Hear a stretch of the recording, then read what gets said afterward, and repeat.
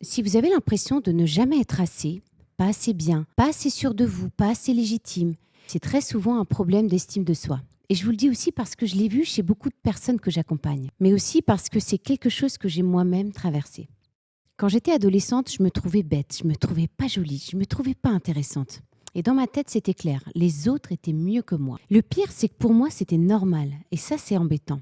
Je pensais que j'allais rester comme ça toute ma vie. Alors je faisais tout pour les autres, je m'adaptais, je m'oubliais complètement.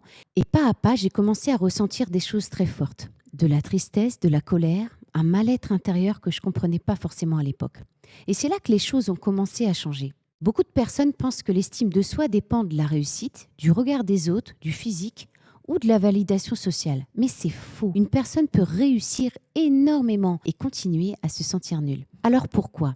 Parce que l'estime de soi n'est pas un résultat, c'est une relation intérieure avec soi-même. Et c'est souvent là que ça bloque, parce qu'on peut paraître confiant à l'extérieur et à l'intérieur continuer à douter en permanence. Quand l'estime de soi est fragile, le cerveau entre dans un mécanisme destructeur, la comparaison permanente. On regarde les autres et on se dit, eux, ils sont mieux que moi.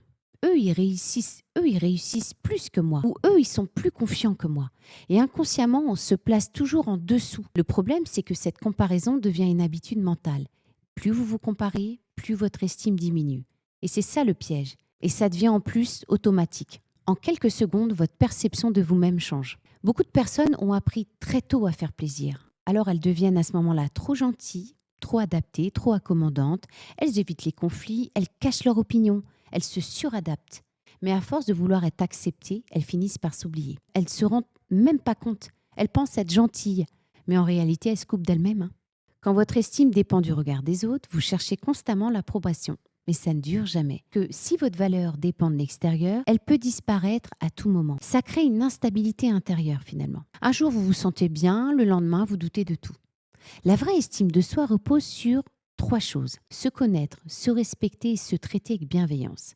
C'est exactement ce que j'ai dû apprendre. J'ai commencé à identifier mes qualités, mes forces, mais aussi mes difficultés, ce que j'aimais, ce pourquoi j'étais faite. J'ai commencé à comprendre qui j'étais vraiment. J'ai commencé à sortir de ma zone de confort. Même quand je ne me sentais pas légitime, même quand je doutais. Par exemple, me montrer, parler, me lancer, ça a été très difficile pour moi. Je ne me sentais pas à la hauteur. Et pourtant, je l'ai fait. L'estime de soi ne se change pas seulement avec des conseils. Elle se travaille en profondeur. Souvent en allant voir les blessures d'enfance, les croyances limitantes, les schémas relationnels aussi, parce que ce n'est pas juste un problème de confiance, c'est un problème de sécurité intérieure. Et j'aimerais être très claire sur un point. Ce travail ne peut pas se faire en 3 ou 4 séances. On peut déjà avoir des déclics, mais une transformation durable demande du temps. On ne change pas des années de fonctionnement en quelques jours. Moi-même, ça ne s'est pas fait du jour au lendemain. J'ai travaillé sur moi.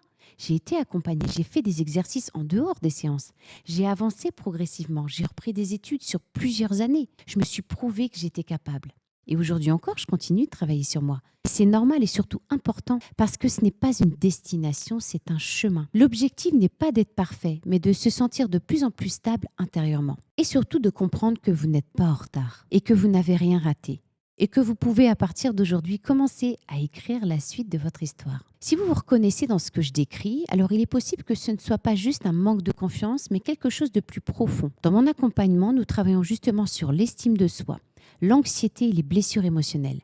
Je vous laisse le lien sous la vidéo pour faire le point ensemble. Et si cette vidéo vous a aidé, vous pouvez aussi le partager à quelqu'un qui est dans le besoin.